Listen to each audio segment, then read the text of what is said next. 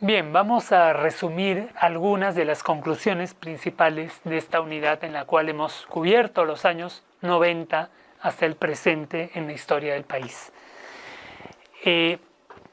Tenemos que hablar sobre el gobierno de Fujimori y los principales hechos que tenemos que recordar sobre esa época son, en primer lugar, que el régimen fujimorista marcó un antes y después en materia de política económica. Fue el ingreso del neoliberalismo al país y una inclinación de la balanza de poder a favor del mercado y menos del Estado.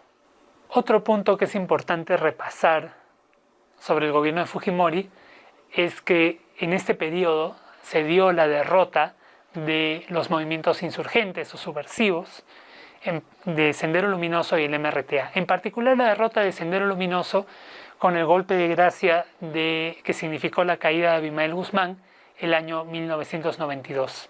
Este acto, que fue obra de la GEIN y de la DIRCOTE, la Dirección contra el Terrorismo, le dio un gran rédito político al presidente Fujimori, y le aumentó un capital político del cual él ya disfrutaba desde el golpe del 5 de abril del año 92.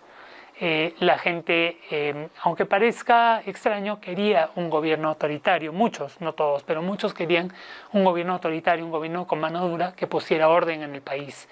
Y Fujimori parecía ser ese gobernante. Eso ayuda a explicar la popularidad en parte.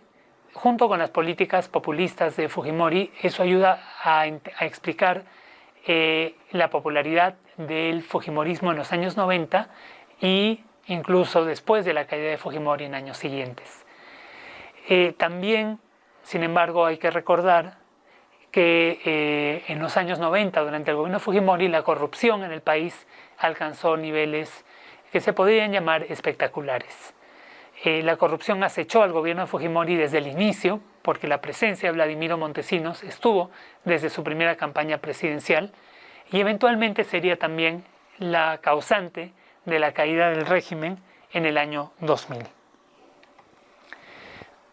Si hablamos ya del periodo post-fujimorista, después de la caída de Fujimori, bueno, hemos hablado de cómo se da la emergencia, el surgimiento de nuevas formas de hacer política, de nuevos partidos que son, en muchos casos, a diferencia de los partidos de antaño, son partidos que son coaliciones de independientes o los llamados vientres de alquiler, partidos coyunturales, vehículos para candidatos específicos sin mucha continuidad en el tiempo.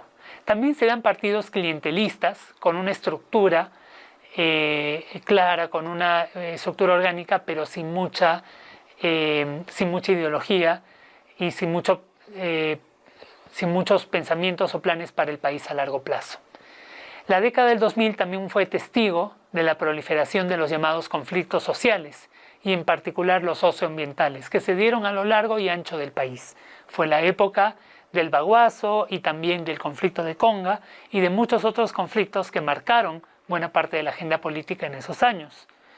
Y si bien tuvieron muchas causas, mucho tuvo que ver con la expansión de las actividades extractivas en el país en esos años. El Perú terminó cubierto, por así decirlo, de concesiones mineras y petroleras.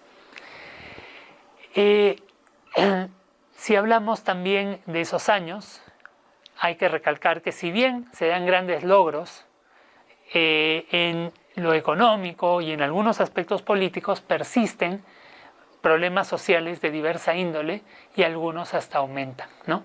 Y hemos hablado de problemas como la corrupción, el racismo, la desigualdad de género, el abuso, la explotación laboral, el autoritarismo cotidiano, el maltrato cotidiano entre las personas y la falta de una conciencia ciudadana, y finalmente la falta de una cultura de planificación, una falta de una cultura de largo plazo y una cultura política orientada hacia el obrismo, hacia la obra, hacia lo inmediato, hacia lo que da retos políticos inmediatos, en desmedro de la inversión en educación, en salud, en ciencia y en tecnología, que es a largo plazo muy importante para que los países se desarrollen. Y eso es un problema con el cual vivimos en el Perú hasta el día de hoy.